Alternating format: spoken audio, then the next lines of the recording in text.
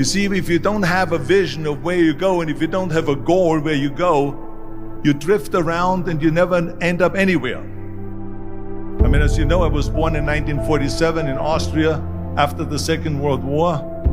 So I was very fortunate that I stumbled onto my vision.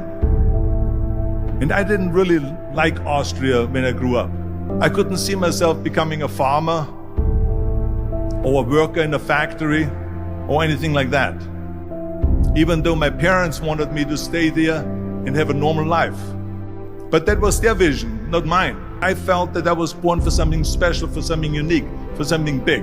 I remember I was 11 years old and they showed a documentary about America. And there they showed in this documentary the huge skyscrapers, the high-rises, the huge bridges, the 6-lane freeways, and all of this stuff. I don't want to be around here with these little farmhouses and these little buildings. I want to be in America.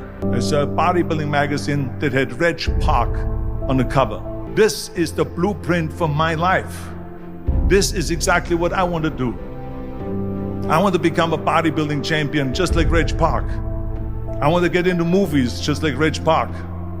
And I want to make millions of dollars and be rich and famous. Do you know how great it felt that I knew where I was going? I knew where I was going. That I'm going to become this bodybuilding champion just like him. I was so relieved because when you have a goal, when you have a vision, everything becomes easy. So people always ask me, when they saw me in the gym in the pumping iron days, they say, why is it that you're working out so hard? 5 hours a day, 6 hours a day, and you have always a smile on your face. And I told people all the time, I said, because to me, I'm shooting for a goal. In front of me is the Mr. Universe title. So every rep that I do gets me closer to accomplishing that goal, to make this goal, this vision turn into reality. Every single set that I do, every repetition, every weight that I lift will get me a step closer to turn this goal into reality. I couldn't wait to do another 2,000 reps of sit-ups. I couldn't wait for the next exercise. At the age of 20, I went to London and I won the Mr. Universe contest as the youngest Mr. Universe ever. And it was because I had a goal. So let me tell you something, visualizing your goal and going after it makes it fun.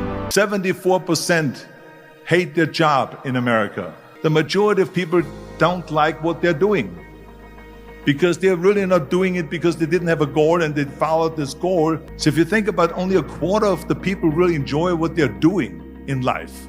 It's like a medical student that studies and knows he wants to become a doctor. You know where to go.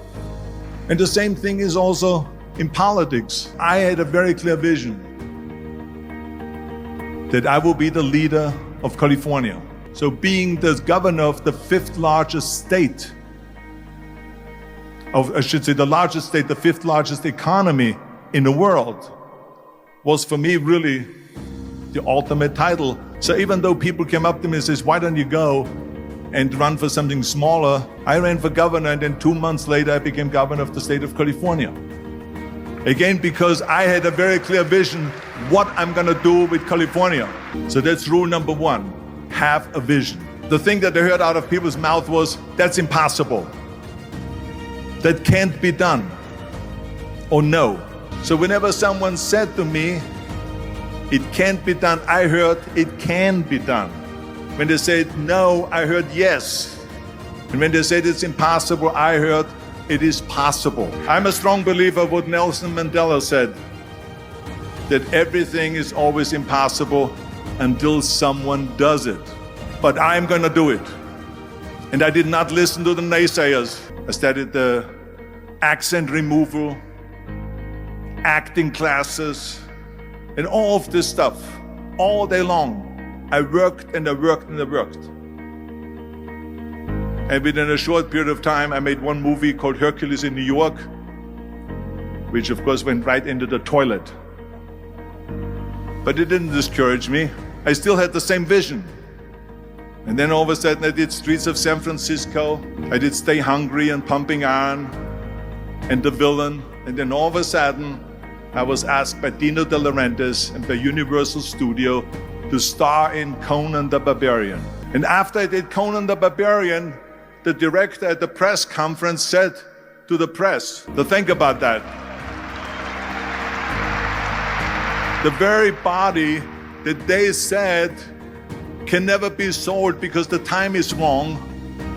A few years later, I'm doing Conan the Barbarian, and it was the #1 hit at the box office when it came out in the summer of '82. So all of a sudden, my body became an asset. Jim Cameron said to the press, if Arnold wouldn't have had that accent and talked like a machine, I think the movie wouldn't have worked. So think about that. The body and the accent that they attacked was an asset. But I didn't listen to those losers. It's just the reality of it is that you cannot listen to the naysayers. So when someone says, no, this is a stupid idea, you in your mind, you don't have to